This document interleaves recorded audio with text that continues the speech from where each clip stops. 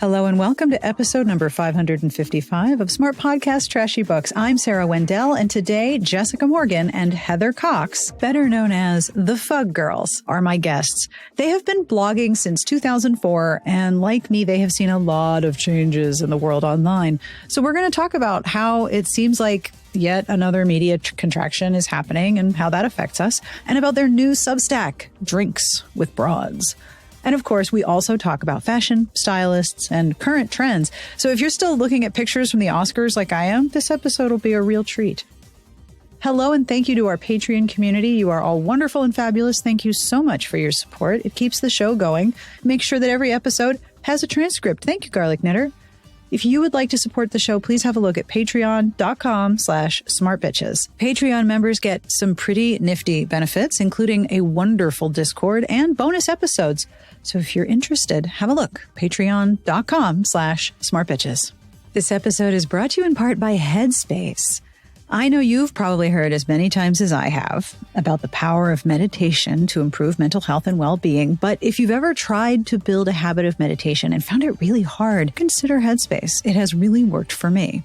Headspace helps improve mental health through guided meditations, mindfulness practices, breathing and calming exercises, and so much more. These tools can help reduce anxiety, boost your mood, and help you sleep better. I like the daily meditations a lot, but my favorite section of Headspace is the focus section. There are playlists of about 45 minutes to an hour of music that, well, helps me focus. It's in the name. If you like having background music that's rich and interesting and really soothing, but not distracting, it has no lyrics, a big plus, you will really love these. My favorite is the Arcade Fire one. I've probably listened to it 20, 25 times, never gets boring. Headspace has helped me and more than 100 million people worldwide, and they can help you too. Listen up. You do not want to miss this. I have arranged something special. For a limited time only, all of you can try Headspace free for 30 days. By going to headspace.com/Sarah30. You won't find this offer anywhere else. You must use my link though, headspace.com/Sarah30 to unlock all of Headspace free for 30 days.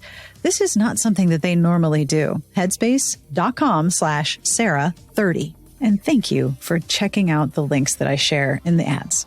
This episode is brought to you by Ball and Branch. As you know, I love sleeping.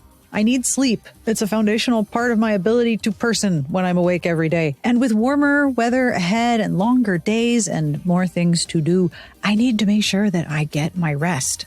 And this is an easier goal to reach with sheets from Boll and Branch. If you are looking to refresh your bedding or upgrade your nighttime comfort, definitely take a look. Ball and Branch sheets are made with 100% organic cotton, and they get softer every time I wash them. The quality is noticeable, even in the seams, which is not a thing I've paid much attention to before, and I love how soothing it feels to get into bed.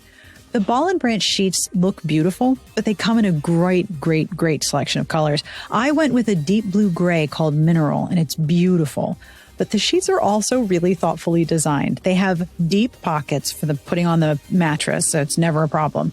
And the fitted sheets are labeled with top and bottom tags, so making the bed is never a puzzle or a mystery anymore. They help me sleep better. They are so incredibly soft. It's like a hug when I make my nightly covers cocoon.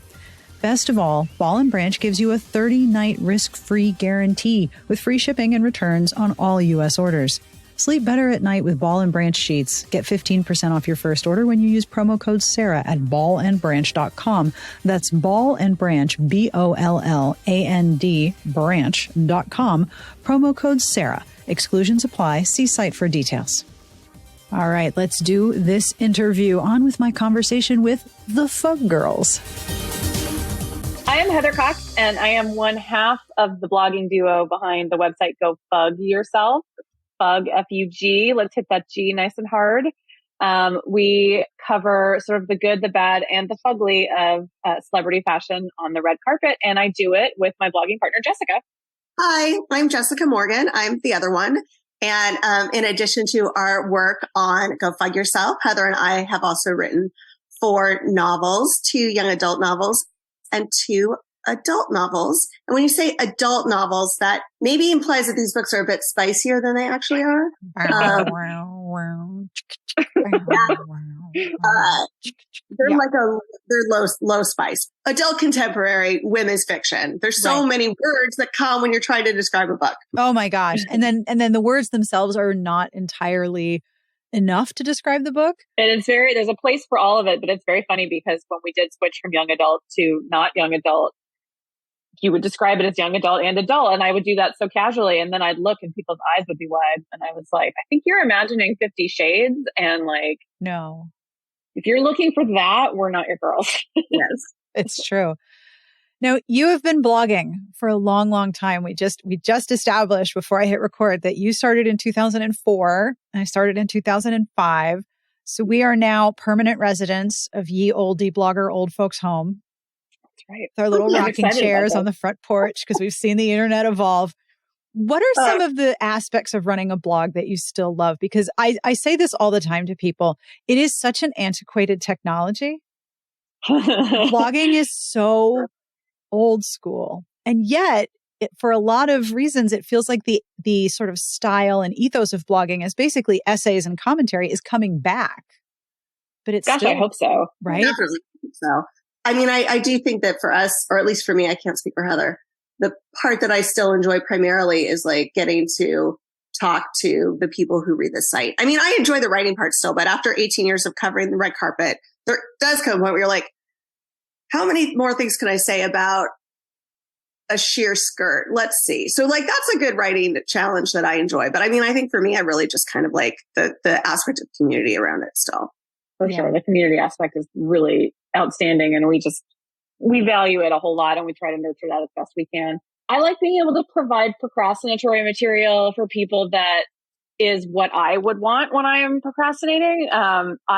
We resisted sort of the pivot to video and all of that stuff because when I was working in an office, I didn't really want my computer to be loud. No, I don't want anything to talk to me. No. And it wasn't really an era where there were that many people working in headphones, I guess, because it's been an eternity since I was in an office. But there's also something that I would imagine that maybe you're not always supposed to sit there and have your ears blocked. So I just didn't want to be listening to the news. I didn't want someone to read me. And I still do it. I work from home. And if I click on a news story on CNN and I find it's video only, I'm like, forget it. I just want to read this. So I like that we can still sort of offer quiet procrastinatory time to people who need it.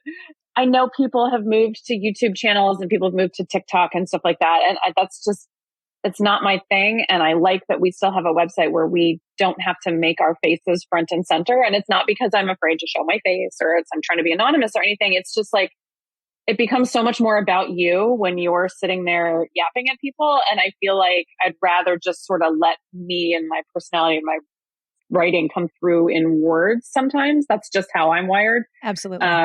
So I like the fact that it somehow feels more like, I know that we are sort of the two people who run this website and write it and all that stuff, but it feels more like a community to me than without our faces all over it all the time, if that makes sense. Oh, it absolutely makes sense. I get mad when I open Instagram and it starts making noise at me. I'm like, you are a picture app.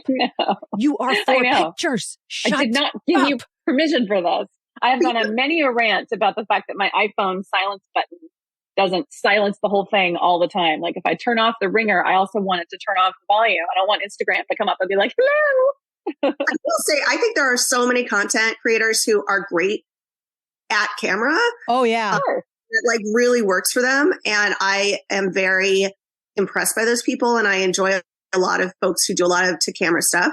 It's a skill. It's not my skill, but it's other people's skill. And that's why they do it and we don't. So big question, which something that I think a lot about because I always find the first quarter of every year, like I do my taxes and I do my end of the year stuff for smart bitches. And I sort of sit back and I go, still here. Yeah. Still around. Fuck yeah. But so much has changed about blogging. It's barely a word that people use anymore. Like I have to explain, like I'm speaking at career day for my high school students, my high school children's career day on Friday. And I have to explain my job. And basically the slides are, I made up my job. I made it up. I'm a blogger. Let me explain what that means. Because they're not blogging is not a native word anymore. What are some of the things that you struggle with? Because I know for me, I feel like we're going through yet another contraction of media and with it advertising revenue. And when I look at major media companies laying off large numbers of workers, I go, oh shit, that's going to affect what comes towards me as a teeny tiny media person. Then I know that means that contraction is coming again. Mm-hmm. Yeah, it's very stressful right now.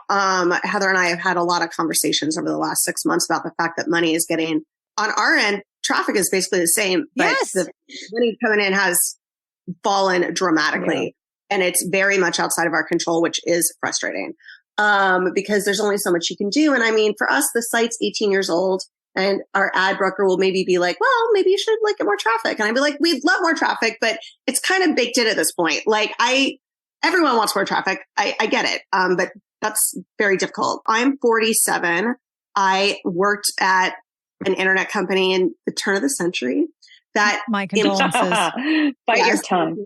It imploded dramatically the first time the internet kind of went through a huge bust. So I feel like I've been through a lot of this. Yep. And kind of looking at the writing on the wall, it doesn't look good. My boyfriend works for a Gannett publication. So we have a lot of conversations where we're like, this is interesting. This is an interesting time to be alive for people who write professionally and are journalists or have bloggers or anyone who depends, I think, on ad revenue right now is feeling a little yikesy about it. It's very yikesy and it's all out of our control, right?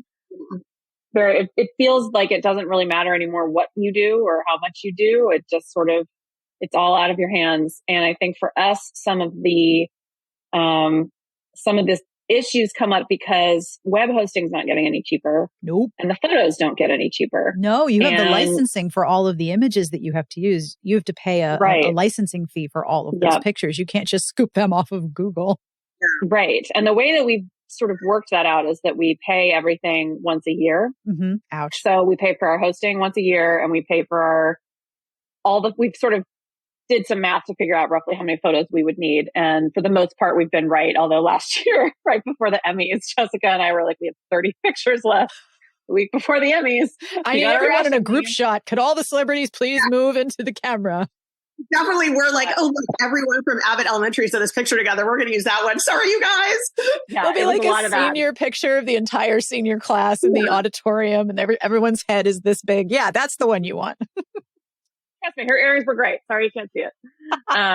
But yeah, so we have a spot in the year where we are renewing those deals annually, and on the one hand, that's stressful. On the other hand, we always have that moment after we pay those bills of being like, okay, well, we have another year to figure this out and to see what happens. So there are some advantages to that because it's not like we're constantly month to month being like, are we going to have enough money to pay for the hosting this month? Yeah. We kind of know we have that squared away, but they aren't getting any cheaper. And so we are having to figure, so every year, sort of around the midpoint, we're kind of like, is there a better, do we need to, are we overpaying? You have to figure out if you're overpaying for hosting, which is something that I don't know about you, but Jessica and I are not super qualified to figure out if that's the case. I don't know what that looks like. No. So we are 18 years in having to have these conversations that are about areas of the internet that we still really don't understand from a technical standpoint because we've never had to. Yeah. But now from a budgetary standpoint, we're like, well, we probably need to find ways to skim and trim here and there. And maybe that would be one of them. Maybe we do fewer photos, but can you really have a comprehensive fashion website without as many photos? And, posting less doesn't seem to be the answer because then that's still fewer visitors. It's very easy to drop out of people's rotations. Absolutely. And so if you're posting less or you take a week off or whatever, people just aren't going to come back. There's obviously plenty of other reasons why people might leave and not come back. But if you're teaching them not to, because there's not new content, eventually they're just going to forget. And that's really the kiss of death. So that's been the biggest challenge, I think, for us is really trying to figure out how to balance all of that and knowing that certain costs are always going to be there. And so how do we make rent if the ads aren't? Yeah. And then there's the question that I get regularly. Well, have you thought about going into a subscription model where people pay to access the content? And I'm like, I feel like that is the last resort and that is the death knell of what I'm doing, because what I'm doing is meant to be open. It's meant to be discoverable. It's meant to be for my particular corner of the industry. I'm Googling this book. Oh, here's a review. Here's a whole discussion about it. Oh, they talked about the cover. And then all of a sudden my time on site is 3, 4, 5 minutes. Like that's what I want. I don't want to make a barrier to that. And like you said, traffic has not gone down. Traffic, especially after the pandemic and people looking for books, has gone up. And I imagine your traffic is going up because I know, speaking solely for myself, I'm all about these. Can you explain the Chanel plus Kristen Stewart sheer thing? What do they hate her? I just had a huge rant. I wrote about this, just went up on Go Fight Yourself like an hour ago. I don't know. I actually have a lot of thoughts about this. And it's that I think Chanel really wants to like appeal to like cool, young French punk girls. And that is not their brand. Dance with the one that brought you is what I'm plagiarizing myself from today. But like women who are shelling out for Chanel do not want their butt hanging out of granny panties in a sheer dress. They just don't. And Kristen Stewart is very cool. And she pulls stuff off that she shouldn't be able to pull off. But like she should be able to like arrive at these events in like a cool Rick Owens outfit or like something that's more in keeping with her actual personal style. And I think she made a lot of money from the Chanel deal, and good for her. I think that is why a lot of these women are doing this. I think that's what happened with Jennifer Lawrence and her Dior deal. And I actually don't think this is true for either one of them. But, you know, a lot of actresses have sort of a short shelf life in terms of acting gigs. And if you can get a ton of cash for wearing these outfits, Godspeed. I just think we have reached a point with Chanel and K-Stu where it just does not make sense anymore, like for either one of them. And this crazy sheer outfit she wore to the end of the Berlin Film Festival a couple of weeks ago was just like, she has great hair and makeup. So generally, although in this instance, I thought she didn't look very good. No offense, Kristen. I'm sure she's devastated. I'm sure but she's listening right now. Like, no, you're right. They hate me. I can't even tell you how much they hate me. You're right. Kristen, if you're listening, we think you're great. Yeah, 98% of the time you look at her and you think, well, this outfit doesn't really work, but oh my God, her head looks great. Like her head makeup is great. And that's been carrying her. And I think her innate coolness really helps. But like at a certain point, haven't we reached the end of the line with this? I think this is ridiculous. Like, let's just all get a grip here. Kristen Stewart is not a Chanel person. That's fine. No. And they really are trying to reach out to the younger set. And it's just not, I'm not really sure who I think is a Chanel person anymore. But it's definitely not K-Stu. You know, Chanel's most recent collection was very like little tweedy jackets, and that's their milieu. Like, not everything needs to be cutting edge. Some stuff can just be classic. Like, I want a rugby shirt that's high-end-ish, but not crazy. I'm going to go to J. Crew. I want a like very expensive little tweedy jacket. I'm going to go to Chanel. Not everything needs to be like uber cool. Do you know what I mean? Mm-hmm, absolutely. And given that the trend right now is old money fashion, and what are the signals of old money, which most of them are actually wrong, you'd think that Chanel would be like, we hold on right there. I know I've got, just give me 5 seconds. I know how to do old money. I'll be right back. Just don't move. Hold on. Just a second. Now, one thing I wanted to ask you about, if you are comfortable talking about this, is that I know that you stopped covering the royals. And I have watched this happen with other sites, that when they start to talk about the royal family, the British royal family, and other things, the royal content becomes the predominant content because that's the content that gets the traffic. But that's also the content that brings the racism. And it's a bit of a problem. Like, I did one episode on Spare, and I was absolutely terrified what kind of response I was going to get. Jessica dealt with the lion's share of that because she was the royal reporter. It sort of started unofficially, but then that just sort of became her area of expertise. Yeah. You know, like you cover one major royal tour, and like, I don't have a great memory for stuff anyway, but like she covered, like, I don't know, just that knowledge that she had from covering all those tours. She sort of, all the outfits baked in, and she was able to contextualize stuff way better. And also she's funny. She just was really good at it. And also she nailed all the voices and stuff. I've never been happier since we stopped covering the royals. And I wasn't the one writing about the royals that often. So that ought to tell you how Jessica's feeling right now. I mean, basically the short version of it is the comment section became toxic, and there was no way for us to untoxify it. Yep. Unfortunately, it became a net negative for our community. Yeah. It made a lot of people who are regular Go Fug Yourself readers feel very unsafe, and we did not want that. And on a personal level, it was causing me tremendous amounts of anxiety trying to like wrangle the comment section. And I just realized eventually that this is not wrangleable. There was a point towards the end there where our big Royals post would go up on a Friday afternoon. Oh God. Well, there goes your weekend. Well, it got to the point I literally had to close comments every night to go to sleep. Oh God. Because I didn't trust that things wouldn't go off the rails in the 8 hours I was unconscious. Yeah. And they routinely did that. And then it came off like we weren't moderating the comments. And it's like, but we just... No, we sleep. We're human beings. We need a rest. Like, it was really unpleasant and it was difficult to moderate. And for me, I am not a great moderator. I just didn't have the skill to moderate us out of that. And there was something about sort of admitting like, I'm in over my head here because I don't think I'm doing this well. And it's hurting us and particularly hurting Jessica because she was dealing with more of it than I was. Well, it just got to a point where I was like, no one's enjoying this. It's not good for anybody. This is actively hurting people in our community. That's the last thing I want to do. Just choosing to walk away from that, I think has probably not been a great, maybe business decision for us, but emotionally, oh my God, I've never been happier. I cannot tell you. Like back in the day, I really enjoyed writing that stuff. It was really fun. Yeah. As things really took a very nasty turn, unfortunately, when Megan joined the family, which is incredibly disappointing. Not her fault. It just became really, really, really toxic. And I think it was for the best for us. And I honestly, some people were not happy with it, and that's okay.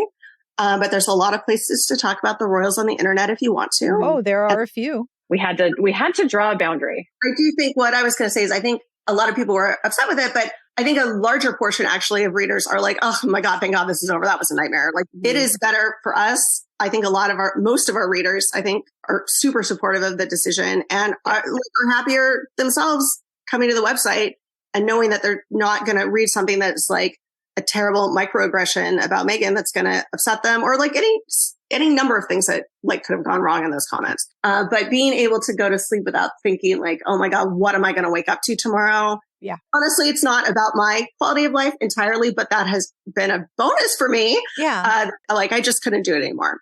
And I completely understand, because if you value the community on your site, you want the people who regularly hang out in the comments to feel safe and welcome. Exactly. That's 100% it. Specifically with the Royals and the British royal family, when individual human beings become emblems of massive, massive societal problems, there's no rational way to talk about the narrative of what they're wearing, because it's all going to get wrapped up in white supremacist language and racist language. And it's like, I can't deal with the litmus test of, can we talk about this without it becoming really, really ugly and hurtful for other people? So I completely understand that decision. A lot of our readers were like, I don't feel safe here. And that's not what you want. Got to go. Mm-hmm. So we've been talking about your site and the changes that happen to the income and revenue potential of a site. And one thing I don't think a lot of people understand is that when you run a website like we do, the revenue comes from many different places. So there's lots of different pieces. Like there's affiliates, and then there's web ads, and then there's direct sponsorship of posts or content, and all of these different pieces. So you now have a Substack. Tell me all about it. What led to starting your Substack, and how is it a complement to your existing properties, to speak in business jargon?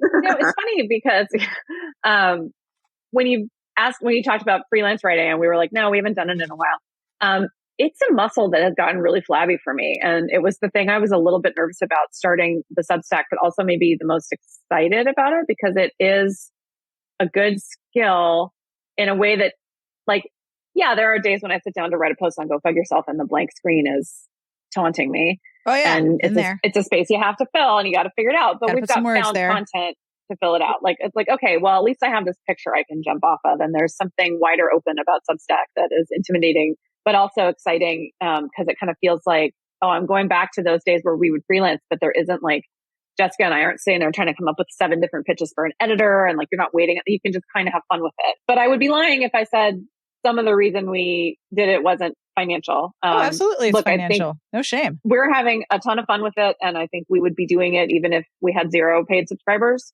We are thrilled that the free subscribers are there. We love them. And we hope that they are feeling like they are getting something out of having us in their inbox. But the option to add a paid element felt like the best chance for us, because as you said earlier, like we didn't really want to put a paywall on the website. I just feel like making the website harder for people to read every day, especially when you're in someone's diet. You're glad you're in their diet. You don't want to lose them. Like, just, we would love to keep that free and open. Yeah. And so we were like, okay, well, this is a way that we can add a reader supported element. Because there might be people who would be willing to pay for reading GFY. I just don't know how many there are. You know what I mean? But so we were like, well, this could be a way that we can that we can use it to help subsidize GFY in a way that makes the prospect of staying in business there less frightening. Yep. So that was definitely part of the decision. Look, I want to be clear that we don't have any plans to like shut down the site or anything right now. Mm-hmm. But in the future, like, who knows if we're going to be able to afford to keep it going, just to be totally honest. And I think it is pragmatic of us to have another place where we already are. Yep. So we don't really figure out where we're going and like, how are we going to direct our readers to like where we're going next, blah, blah, blah. So I think that like, God forbid something happens to the site, we do have the Substack where we can be like, oh, well, here we are on the Substack, like read our newsletter. But, you know, in addition to that, honestly, like it's really fun. I'm writing this kind of longish piece right now about, I don't know if you know this, but Nicola Peltz and Brooklyn Beckham are in a giant legal fight with their wedding planner. Yes. And then the wedding planner sued them back, and it is absolutely bonkers. It's incredible. And wasn't it like their sixth wedding planner at that point? Yes. And I'm writing this like long deep dive into it as GFY's primary celebrity wedding correspondent, because I did a lot of like wedding coverage during the pandemic. And it is a mess. It is like petty rich people shit, which I love. Other people's petty drama is the best kind of petty drama. I love like when someone says to me, do you want to hear some drama about people you don't know? Yes. Yes, I do. Sorry to bore you with people you don't know. No, you're not. Keep going. I want more. And getting to like, I could have written it on the website, but I don't know that I think it would really have fit in with like our editorial purview in a way that it does here. And I was working on it last night and I was like, this is like so fun. This is really fun. Like, and I got to write a review of Cocaine Bear, which by the way, I recommend. That was really fun. It's just nice to be able to be random like that and not have to sit and from a purely pragmatic standpoint, not have to turn around and be like, oh, I need art for this piece. Like, I need a photo to put this up on the website. And like, this is not people would be like, why are you putting up a movie review? You're not a movie review website. Like, which I think people who read GFY honestly would give us the flexibility to do that. But admittedly, it's hard not to be self-conscious sometimes and be like, people are going to think we're really random. Maybe it's cool. Cocaine Bear that's dressing Kristen Stewart. There you go. That explains a lot. Ta-da. Now let's segue. There you go. Applause that she survived Cocaine Bear. It is so fun to get to sit down and write about random shit sometimes. Yes. Like I kind of forgot how fun it was to like be like, what do I want to talk about? I want to talk about this random shit. And like, what a beautiful blurb for our Substack. Please read our random shit. Yes. But it just feels like very freeing and it's really fun. I really do kind of think that Substacks might kind of be turning into the new blog. Do you know what I mean? They're kind of a blog. They're very bloggish. They're just the new iteration of blogging, I think. Yeah. Mm-hmm. And from a technical standpoint, and I mean, you know how much like yada yada there is on the back end of running your own website. Oh my God. God. Yeah. And I don't know about you, but our website is held together with like chewing gum and like twine right now because it's so old. Who even knows what's going on back there? So we spend a lot of time like dealing with technical stuff that is not either one of our areas of expertise or really areas of interest. And Substack is great because it's just like typity, and they figure out the rest of it. Yep. So that's my plug for Substack, but it is really fun. I still find myself stressing out a little bit about like, oh, is this too dumb? Like, oh God, are people going to be like, what are these dumb bitches talking about? But I have to, I might be a dumb bitch sometimes. Right. But these are people, the people who sign up for a Substack are more than they're more than a warm audience, to use industry terms. Like they know you. They're like, no, I would very much like it if you showed up in my inbox. That would be super great. Let's do this. Like I have a set of Substacks that are basically gossip and fashion oriented like yours. And they're like my weekend reading. Like I get them on Fridays. I'm like, oh, fuck yeah. I'm going to read about people. I don't even know who the hell these people are. Like, because this is something that I think we all have in common is I love the narrative that is public and the narrative that is not. Yes. And fashion is absolutely a narrative, but then you have the narrative of the stylist and then you have the narrative of why are you wearing this? People are always trying to reinvent the wheel. You know what I mean? Like, there's only so much you can do with an article of clothing and still have it be an article of clothing, but they keep trying. I think what you said about the public narrative and the private narrative is kind of what Heather and I have been working on our whole career. Yeah, absolutely. I think that's what the website is about. And also, I kind of think that's what Royal We is about. Yeah, very much. Oh, absolutely. Royal We is about public and private narrative. So I think that kind of like tension between the public and the private has been something that we have been interested in for like 18 years now. You know, I think it is fascinating. Oh, yeah. I think people always want to know what's happening behind closed doors. Like, I want to know what the conversations are like between Zendaya and Law Roach. Like, what kind of things do they talk about? Because then she shows up and she looks absolutely perfect in every possible way. Like, just even the way she holds her shoulders. And I look at that and I'm like, okay, so who taught you how to do this? Because there are a lot of celebrities that cannot pose their bodies in a way that is interesting. Like, Nicola Peltz cannot do it. She thinks she can. Oh my God. Kardashians cannot do it. They think they can, but I'm like, no, this is a skill. And how do you learn it? What is the instruction? What is the Kajabi course about how to hold your body on a red course? Like, who has that? I don't know who has that. Maybe she's born with it. Maybe. Maybelline. Yeah. I don't know. My favorite event, and I think a lot of people feel this way, is the Met Gala. And the reason I like the Met so much now is because the stylists I find are getting quicker now that Instagram is entrenched. I think the stylists are getting quicker and quicker about putting stuff up on Instagram that explains the outfits. Yes. So when you have like a costume ball and something doesn't necessarily look overtly like it's on theme, but then especially with some of those themes are just like, you're like, I don't even know, man versus machine. What are you talking about? Or Manus Ex Machina. I don't remember what that one was. It was bizarre. Okay. But then you read the descriptions of, you're like, well, this is how we developed this outfit. And some of this was printed, 3D printed material, and some of this was hand stitched. And we did this on sustainable XYZ. And you're like, oh my God, there is a narrative to so many of those outfits. And we're getting a piece of that private conversation the day of the event. And that's the kind of stuff that's why that's my favorite event, is you get a little bit of a peek behind the curtain. But yeah, man, some of those stylist conversations, I have often wanted to know, and people often ask, can people say no? Like, who has the ultimate stroke here? It most recently came up because one of the stylists who styles all the men, Ilaria Urbanati, she's real tight with D&G, Dolce & Gabbana. And I think sometimes we're sort of like, wouldn't it be nice if people wore them a little bit less, because they're pretty unapologetically awful. And somebody asked in our comments and they were like, yeah, but if she's still tight with them, can't her clients still say no? And that is the question, where you're sort of like, how many times is the stylist standing there going, oh my God, like, I'm trying, you guys, I'm trying, but this person's a loon. And how many times is the client being like, I'll do whatever you want. I don't care. Like, that's the stuff I really want to know about. Oh yeah. Have you noticed that style right now, is it like post-pandemic and finally we have awards in person and there's a lot of red carpets? Have you noticed that style seems a bit more like outlandish? Like, let's go all out with some things. One thing I have appreciated is the number of actresses who are very gifted in the chest department, much like myself, and they all look great. They don't look like they have been squished and their boobs are under their chins because there's nowhere else to put them in the gown. Like, everyone with a nice chestal endowment, they all look great. It's like, oh wow, look at all these big boobs on the red carpet. I'm so happy. But then I'm like, oh, and there's some pasties, and that's a thong, and this is a shower curtain. And I feel like, wow, people are just really going for it in some departments. But this could also be my inexperience talking, because I didn't really pay attention for 2 or 3 years. I was busy, pandemicking. Right. That's a good question. I do agree with you that I feel like bosoms have been well wrangled this award season. So wonderful. Like, the bosoms not being well wrangled. I don't know what happened, but God bless.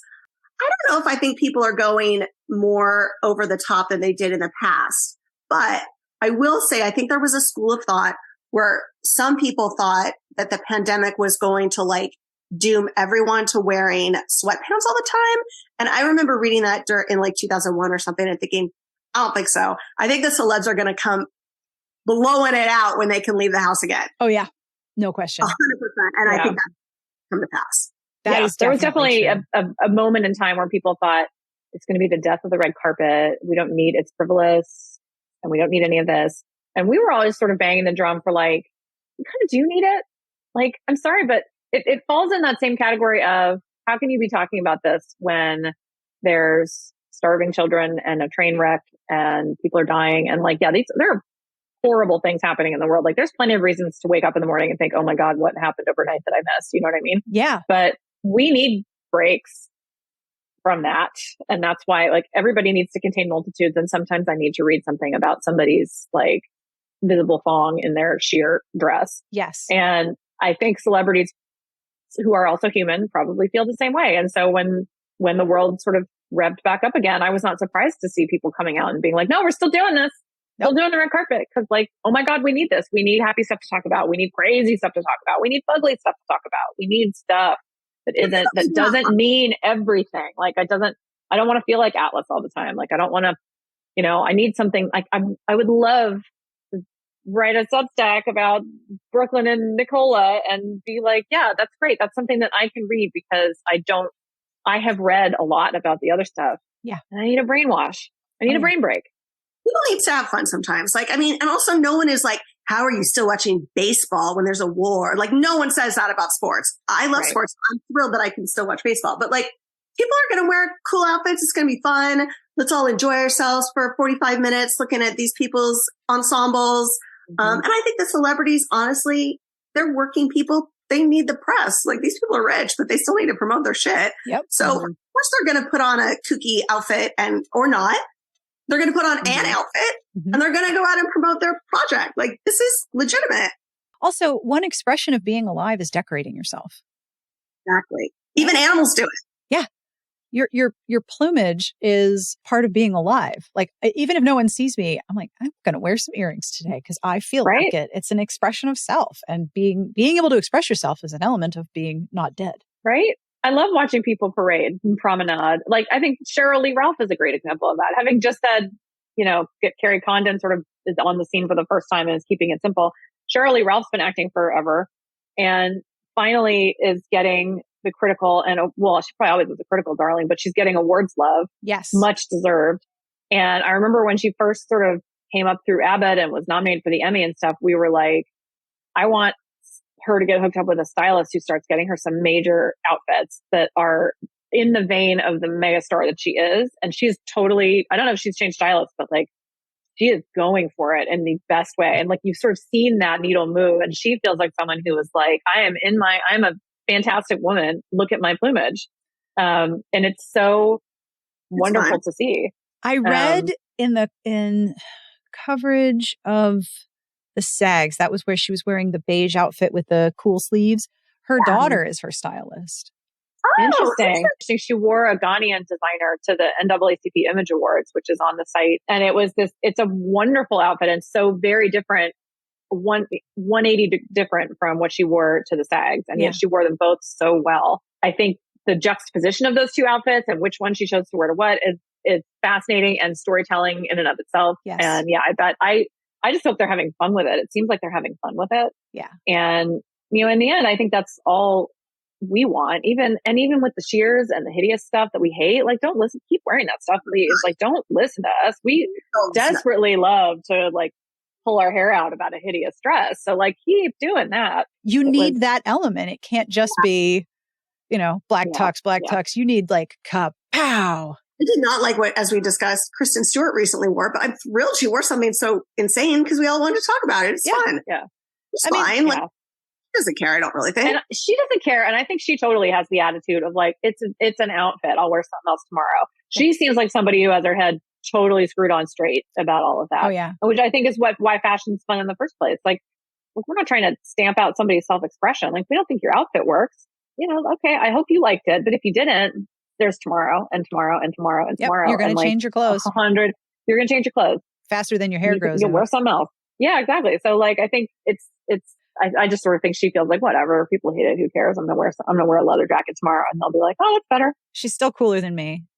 Oh, than all of us. She could wear a bath mat, still cooler than me. No question. Yeah. So we've mentioned Cheryl Lee Ralph. We've mentioned Kristen Stewart. Are there any other celebrities or people in fashion that you are paying attention to this year? Because we're in the middle of the start of awards season and we're ramping up. The ball gowns are getting bigger and the coverage is getting larger. Are there any people in fashion or celebrity that you're really paying attention to this year? I think for me, Kate Blanchett has been doing a lot of interesting, like sustainable stuff. She's re-wearing a lot of stuff and like remaking stuff. And I think that's always really interesting, especially from like an A-lister. She's so tall. She could wear anything.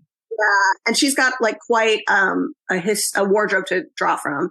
And there's a lot of stuff she's worn in the past that I would love to see her rewear. So I'm really interested to see what she's going to rework or rewear for the Oscars if she does.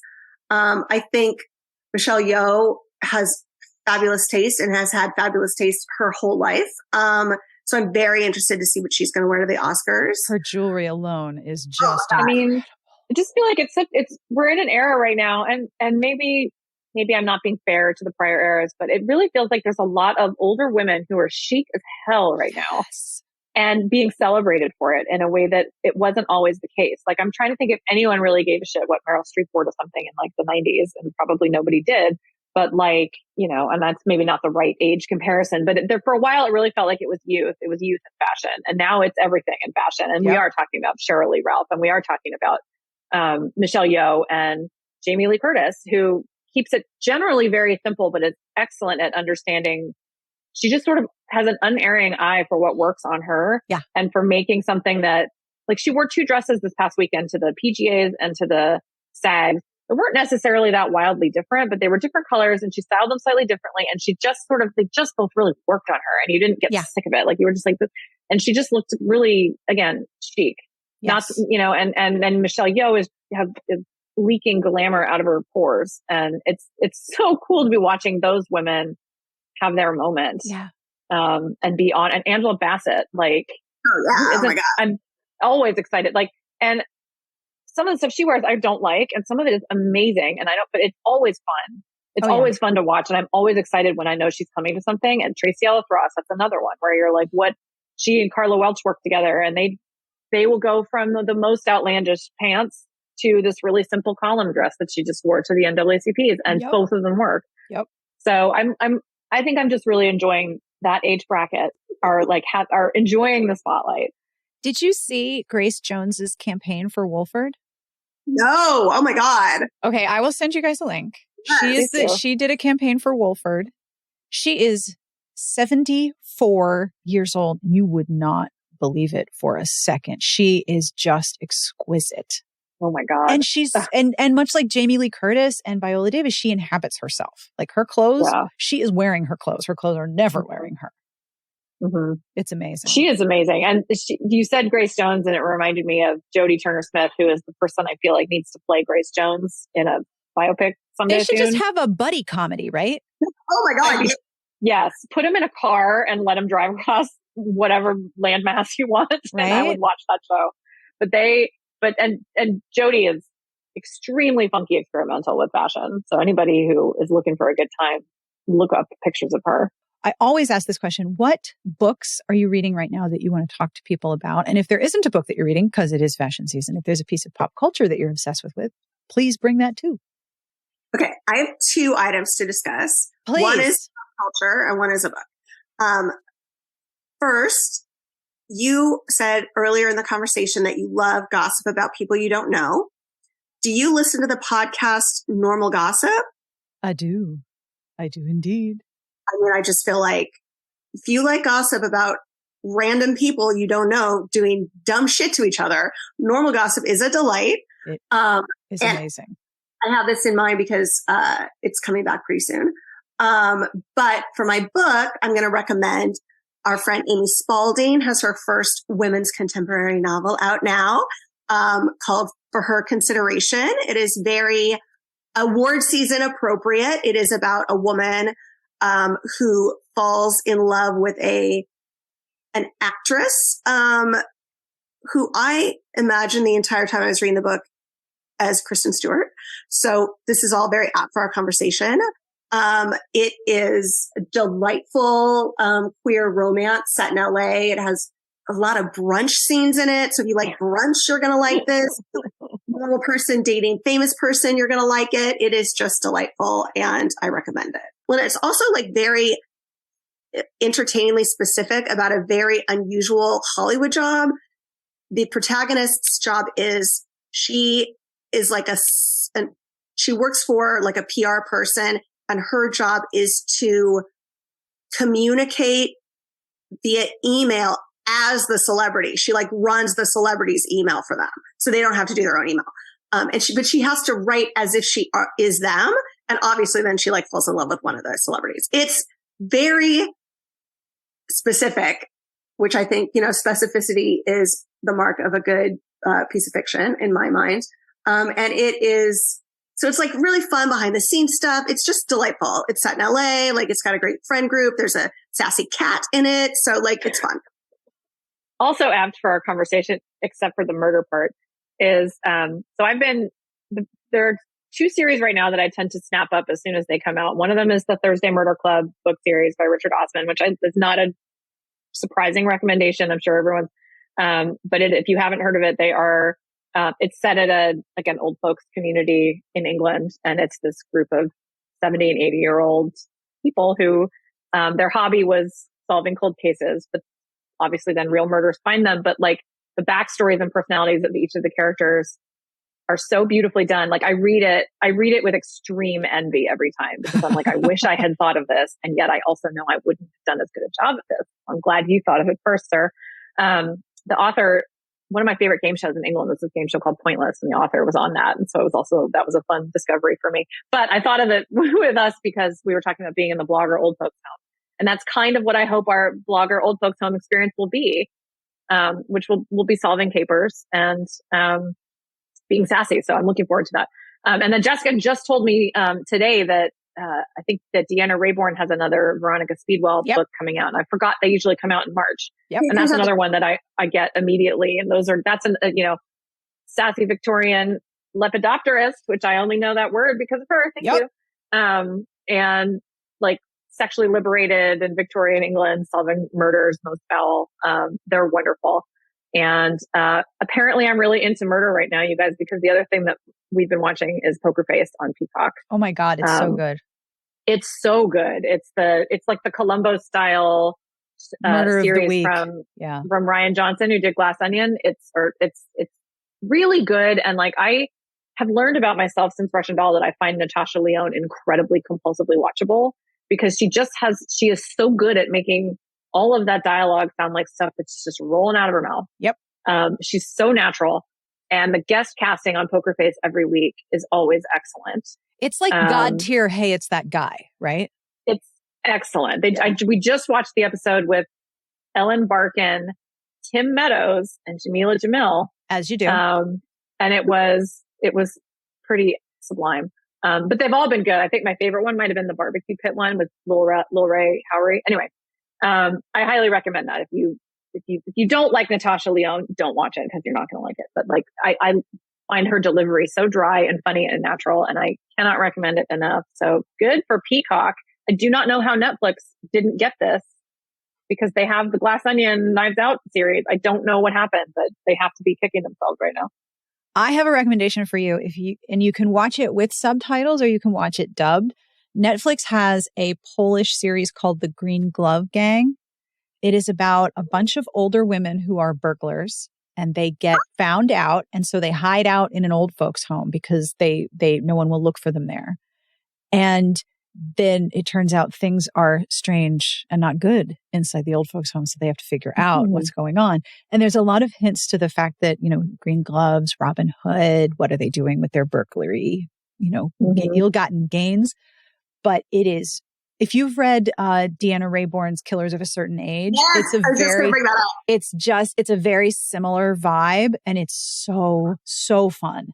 I struggle sometimes with subtitles because I have to like read and then look and read and look. So I don't ingest them. Like I can't like binge this, but it's so good and it holds up as you're watching it. It's so good. I would love to try that. It's funny. Jessica and I always talk about TV in terms of shows that are like half an eye or we call them one eye shows. Yes. Which are the ones that you have on in the background and you're working and you look up, like Days of Our Lives would be a great example. But like I got sucked into during the pandemic when I wanted TV comfort food. I got sucked into not all of them. I got sucked into Chicago Fire, Chicago PD, and those are like my one eye shows. I do not have to focus on these shows, and it's a good thing. It's like I can work while at night and I'm looking and I'm like, oh, it sucks. Oh, okay. Oh, that's heartwarming. But I don't have to give it my full attention. Yeah. But we've been talking a lot about work-life balance. And I think I need more 2-eye shows for my work-life balance because it actually encourages me to schedule myself better so that I can sit down and actually fully enjoy the thing that I want to watch. And that show sounds perfect. Yeah. It's a show that you want to engage with your whole brain. Yeah. You want to be present. The Americans was another show, not a subtitled show, but that is fully a show where I was like, I need to, like, we took us forever to get through it because I was like, we both need to be 100% staring at the TV at all times. That show freaked me out because it was based on a couple who lived about 2 blocks from me in Montclair, New Jersey when I lived there. Yeah, the actual Russian spies who lived in a house and then got just disappeared. That was about 2 blocks from my house where I lived in New Jersey before I moved to Maryland. And I was like, holy crap, there's a whole TV show about them? Oh my gosh. Fun fact. It was wild. So wild. Please tell people where they can find you. What's your Substack? Where should we find you on the internet? Not in person. That's creepy. Please. Okay. I'll start and Jess can do Substack. I'll start with the website, which is gofugyourself.com. It's the G, hit that G, F-U-G. And then you can find us on Instagram and still Twitter, but what is Twitter anymore? And our handle on both is Fug Girls. So Fuggirls. So we are in both of those places, but thrillingly, we are also somewhere else. Jess, where are we? Our Substack is called Drinks with Broads, BROADS, because we're all broad. Name. Such a good name. We're making the transition from being girls to being broads. And then later our joke is that we're going to be hags or crones. Who knows? Right. Both.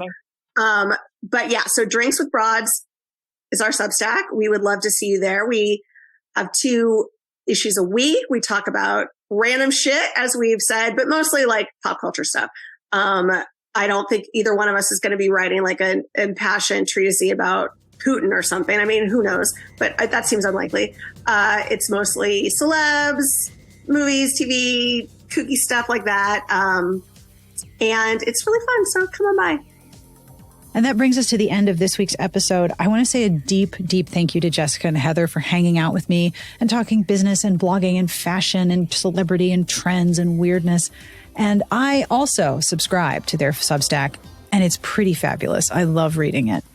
I will have links to all of those things, plus the books we discussed in the episode at smartbitchestrashybooks.com/podcast. And I always end each episode with a terrible joke. This week is no different. This joke comes from Josephine in our Discord. Thank you, Josephine. What do cows read in the morning? Give up? What do cows read in the morning? The moose paper. Speaking of contracting media, the moose paper. Thank you, Josephine. On behalf of everyone here, including Wilbur and Katie, who are right next to my microphone, and Katie is growling at him. He's not even doing anything. Just chill out. On behalf of all the mammals in my office, including myself, have a wonderful weekend. We hope you have a fantastic book to read, and we will see you back here next week. Smart Podcast Trashy Books is part of the Frolic Podcast Network. You can find outstanding podcasts to subscribe to at frolic.media/podcasts. Newspaper.